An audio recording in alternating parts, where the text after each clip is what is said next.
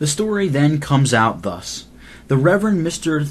Thompson, minister of Bertisland, was intruded upon that parish, and had not the call of that congregation when settled amongst them, and that 'tis well known, neither Mr. Ebenezer Erskine nor Mr. Currie had freedom to join in Mr. Thompson's ordination upon this very account. As for what concerns Mr. Thompson's call to Bertisland, and likewise as for what Mr. Currie affirms is well known concerning himself and Mr. Erskine, I leave the reader to the account that the Reverend Mr. Thompson gives in the following missive directed to me. Mr. Currie, in his review of your defense of the Reformation Principles of the Church of Scotland, having frequently made mention of my settlements as an intrusion and violent settlement, I think it is my duty to give you a short account of it. Quote, at the moderation, there were 2 calls, one to Mr. T.K., probationer, another to me, and they stood thus. The callers of Mr. K. were 1 elder, a few heritors, with the greater number of the people, and this was brought about by a gentleman in Mr. Currie's parish of the Jacobite principles, having some lands in this parish, who, before the moderation, came to this place, and by his activity among these of his own principles, got a great many of those who frequented the meeting-house to join with him, who otherwise would not have concerned themselves in the call of a Presbyterian minister.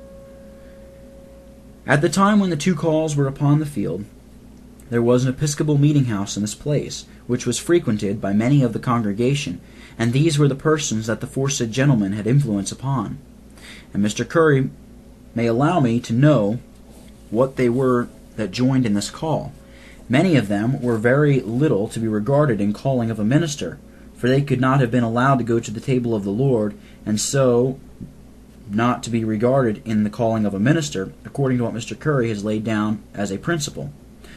My callers were all the elders except 1, who soon after came into the session, and continue still in it, the greatest part of the heritors, but the lesser number of the people. And the reason of this was, because the most part of my callers were those who had not joined with the Episcopal meeting-house, where the English service was, and so could not but be the lesser number, seeing so many at that time did go to the meeting-house. Mr. Currie cannot but know it was in what situation this place was then in, and how these that professed Presbyterian principles were opposed and run down.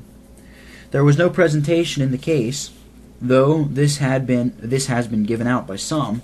When the calls came before the presbytery, the call given to me was sustained and preferred, and no dissent, no protest taken, nor appeal made by any within the congregation, but all fell in with it.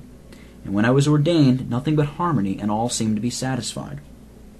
When these things are considered, I cannot see how my settlement can be called an intrusion, for I always took an intrusion to be when one is thrust in upon a dissenting and reclaiming congregation, which was not in my case. I may ask Mr. Currie, by whom my settlement was reckoned an intrusion and violent settlement? Not by the presbytery, or any other church judicatory, not by my congregation, who never did reckon it to be an intrusion, nor do reckon it so to this day. And I do not see how a settlement can be an intrusion where none within the congregation did or do look upon it as such. Not by Mr. Currie, otherwise he would have signified so much to me, and should have done it, according to what we have recorded, Leviticus 19, verse 17, but instead of this, he came to Bertisland, and lodged with me a night, not long after my ordination, and so far as I can remember, excused himself for not being at my ordination, by telling that he was obliged to wait upon a lady at that time who lived in his parish, and was in a dying condition. And Mr. Currie has assisted me at solemn occasions, as I have assisted him, which either says he did not then look upon my settlement as an intrusion, or that he thought not much of it. I would know from Mr. Currie, who no doubt can best inform me of this, if upon better information he did not drop his dissent from sustaining my call, and if he told not the presbytery that he would have it expunged. If so, no doubt then he was far from judging my settlement a violent one, and if Mr. Currie has been still of this mind, to be sure he has been offended still in his heart at me. And therefore I want to know what way he will reconcile it with the rules of the gospel, to have lodged this offense in his bosom, and never once to tell me of it, till he sends it abroad to the world from the press. I must add that Mr. Currie did never till now call my settlement a violent one, so it was never reckoned such by any of the neighborhood that ever I heard of, and I am persuaded that it had never been accounted so by Mr. Currie, if I had continued in conjunction with the established church. The ordinary effect of intrusions or violent settlements is a scattering of the flock of Christ. Therefore I further want to know if Mr. Currie will say that my settlement in this congregation issued in a scattering of the Lord's flock. Nay, it is well known that the congregation before my coming to it was much divided and scattered, but soon gathered together and unite upon my settlement in this place. The meeting house did not continue but about 4 or 5 Sabbaths after my ordination, and though a meeting house was set up again some years after, there could not be got so much as the face of a meeting, scarce 3 or 4 in all the congregation, so that the Lord in his great goodness prevented the scattering of this congregation again. I take not the praise of this to myself, but I desire to give all the praise to the Lord, whom I serve in the work of the ministry. I am surprised that Mr. Currie should give it out of the world, and so impose upon them that Mr. Ebenezer Erskine did not countenance my ordination. This is far from being matter of fact, for Mr. Erskine was present and joined with the presbytery in laying hands upon my head, and if needful, this can be attested by many in my congregation and in the neighborhood who were witnesses. Wishing you much of the Master's countenance, who is able to support us under all opposition, I am, yours affectionately, Burntisland, January 13th, 1741, James Thompson. The above plain and ingenuous account that the Reverend Mr. Thompson gives of his own settlement speaks for itself, and I leave the reader to judge for himself concerning Mr. Currie's ingenuity in the stories he reports from the press concerning the said settlement.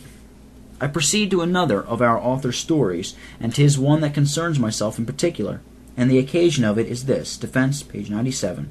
I charge him with making a small account of the grievous backslidings of the Church of Scotland from her Reformation purity, and the proof I give of the charge is that in his essay, page 122, he says, most of the things laid to the Church of Scotland at this day are only omissions, and page 174, when he mentions it as one of the principal grounds of our secession, that no warning hath been emitted against the errors and blasphemous heresies vented amongst us. The neglect of this, says he, is only an omission. I must beg leave to notice a twofold accusation that he brings against me in this place before I enter upon this private story. The one is of citing his words in an unfair manner. Vindication, page 102. He says I stop at the words only omissions, and I do not tell what he adds in the first citation, that is, that he says, I never read of any who thought omissions in a true Church of Christ to be a sufficient cause of separation. And in the second place quoted, he complains that I omitted the following words, omissions will not be reckoned a just ground of separation, more than it was for any to separate from the Church of Corinth, etc., because they did not emit such warnings when errors had crept in among them. I may tell Mr. Currie I agree with him that omissions in a true Church of Christ are not sufficient cause of separation, but when he and I differ widely as to our sense of a true Church of Christ. Likewise, I observe in my defense, page 98, that omissions may even turn the purest churches of Christ into synagogues of Satan, and that the omissions complained of in this national church are such, whereby she has forfeited a claim to the Scripture characters of a true church, and there I give my reasons for the above assertion. Though Mr. Currie pretends to follow me foot for foot, yet he passeth them over in deep silence, and therefore I have more reason to complain of his unfair dealing with me in this part of his vindication. If he had treated the argument as he should have done, he should have made answer unto the reasons that I have advanced, to prove that omissions may turn the purest churches into synagogues of Satan. As for what he adds concerning the churches of Corinth, Pergamus, and Thyatira, Mr. Currie cannot prove that they continued in the omissions they were guilty of after the admonitions and warnings that were given them, and therefore these instances are not to the purpose. But I refer the reader to what I have more fully said in my printed letter, pages 22, 23, and 24, concerning the churches of Pergamus and Thyatira, which Mr. Currie has never yet answered. The other accusation he brings against me is that my scope in this place is to blacken his character, for which, he says, he forgives me. As for the charge of blackening his character, if he lays himself open in his manner of writing to my just observations upon him, he himself is to blame for what he calls a blackening of his character, and none else. When he says, it is my scope in this place to blacken his character, this is one of his uncharitable heart judgings, for which I heartily forgive him. And after all, It is truth which I affirm, even when he has got his words at the full length he desires, that is, that he reckons the grievous backslidings of the Church of Scotland to be only omissions, or that the most of them are only omissions, by which he seems to me to make very small account of the departure of our present judicatories from our Reformation purity. I shall come now to his private story. Thus it lies in his essay, page 122. Sometime since 1733, I have heard a worthy minister, for whom our late separatists have justly much regard, declare he did not think omissions in a church sufficient ground of separation from her, etc. He repeats it in his vindication on page 102 in the following manner. Mr. Wilson is far from being blate or bashful to object this unto me, when his memory cannot but serve him so far as to remember that it was Mr. Wilson himself who declared unto me he did not think omissions in a church sufficient grounds of separation from her. And this, he says, was after the Assembly 1734, when he came back with Mr. Wilson and the Reverend Mr. Moncrieff from Edinburgh to Kinghorn. Upon the above story I must tell him that Mr. Currie is far from being blate or bashful when he brings to the press what he alleges did pass in a private conversation betwixt Edinburgh and Kinghorn.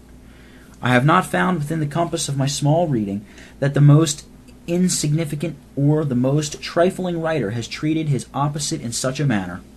As for the words he alleges upon me, though I cannot charge my memory with every expression that dropped from me at that time, yet I can with confidence say that Mr. Currie has misrepresented my words. My reason for this confidence is because I look upon the above expression, that omissions in a church are not sufficient grounds for separation from her, to be lax and unsound, and also because they are contrary to my fixed sentiments since I formed my thoughts about the nature of church communion, which was long before 1734. And I have given my reasons why I judge that omissions in a church may give just ground and cause for departure from ecclesiastical union and conjunction with her, which, as I have observed, Mr. Currie has passed over in deep silence.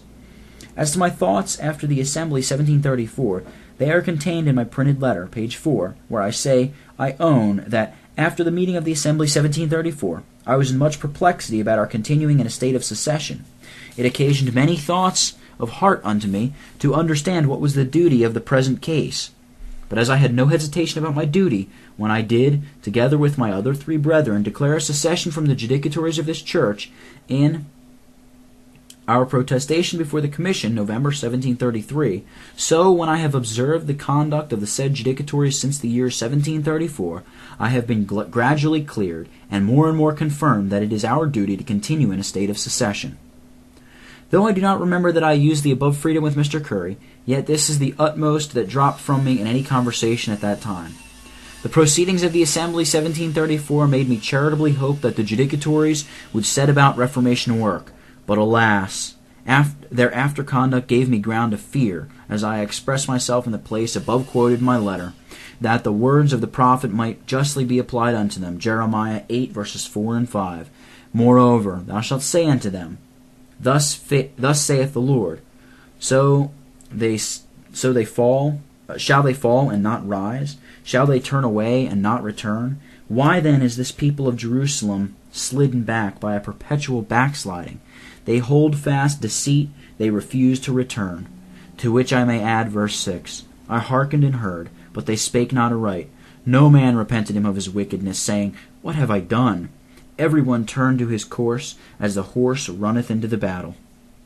And therefore, though I desire to mourn for the conduct of the judicatories since the foresaid time, yet I likewise desire to bless the Lord who cleared my way and led me, by his good hand upon me, to join my brethren, though the unworthiest among them, in the testimony that is now lifted up for the truths of our Lord Jesus, in opposition to the manifold injuries that are done, both to his truths and members by the present judicatories of this established church.